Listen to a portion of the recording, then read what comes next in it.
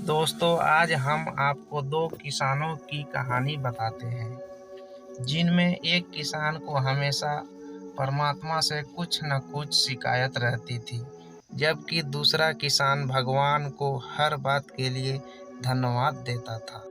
पुराने समय की बात है। किसी गांव में दो किसान रहते थे। दोनों बड़े गरीब। उनके पास बहुत थोड़ी जमीन थी, जिस पर खेती करके अपना व अपने परिवार का गुजारा किया करते थे। समय गुजरा और उन दोनों की मृत्यु एक साथ ही हुई। दोनों को यमराज के पास ले जाया गया। यमराज ने पूछा, बताओ कि तुम्हारे इस जीवन में क्या कमी थी और तुम्हें क्या बनाकर पुनः इस संसार में भेजा जाए। पहला किसान क्रोध से बोला, प्रभु, आपने इस जन्म में मुझे बहुत ही घटिया जिंदगी दी। कुछ भी नहीं दिया मुझे। पूरा जीवन मैंने खेतों में बैल की भांति काम किया। जो थोड़ा बहुत कमाया भी वह पेट भरने में ही खर्च हो गया।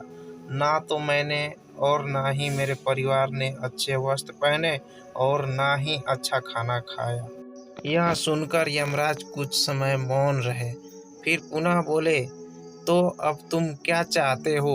इस पर किसान बोला, कुछ ऐसा कीजिए कि मेरे चारों ओर से पैसे ही पैसे बरसे, परंतु मुझे किसी को कुछ न देना पड़े।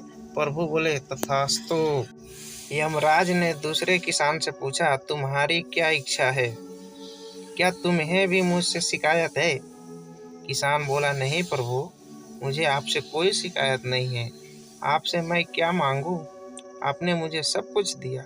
दो हाथ पैर, खेती करके अन्न उगाने के लिए जमीन, भूख लगने पर भोजन, तन ढकने को पर्याप्त मात्रा में वस्त्र।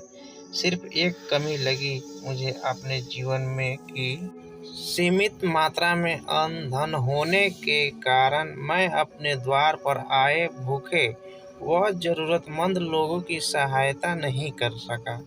कुछ ऐसा कीजिए कि अब जो जन्म मिले तो यदि कोई भूखा व्यक्ति मेरे घर आए, मैं उसकी खूब मन से सेवा सहायता कर सकूं। यमराज उसकी बात सुनकर प्रसन्न हुए और बोले, तथास्तु।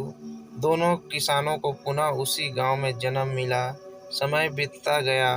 दोनों बड़े हुए। पहला किसान, जिसने अपने चारों ओर धन की और किसी को कुछ न देने की कामना की थी, वह उस गांव का सबसे बड़ा भिखारी बना। हर कोई उसकी झोली में धन डालता, किंतु उससे किसी को कुछ भी न देना पड़ता। दूसरा किसान उस गांव का बड़ा धनी एवं धर्मात्मा व्यक्ति बना। कोई भी उसके द्वार से खाली न जाता। वह सबकी तन मन धन से सहायता किया करता। मित्रों, ईश्वर ने हमें जो दिया है उसी में संतुष्ट रहना आवश्यक है। अक्सर देखत है कि हमें हमेशा भगवान से शिकायत रहती है कि हमें यह नहीं दिया, वह नहीं दिया।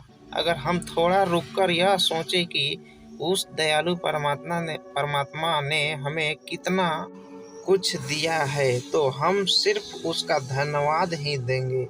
दूसरों की उन्नति को देखकर दुखी होने के कारण हम उन संसाधनों का भी ठीक प्रकार से आनंद नहीं उठा पाते जो हमारे पास है। दृष्टिकोण के दो पहलू होते हैं, सकारात्मक एवं नकारात्मक।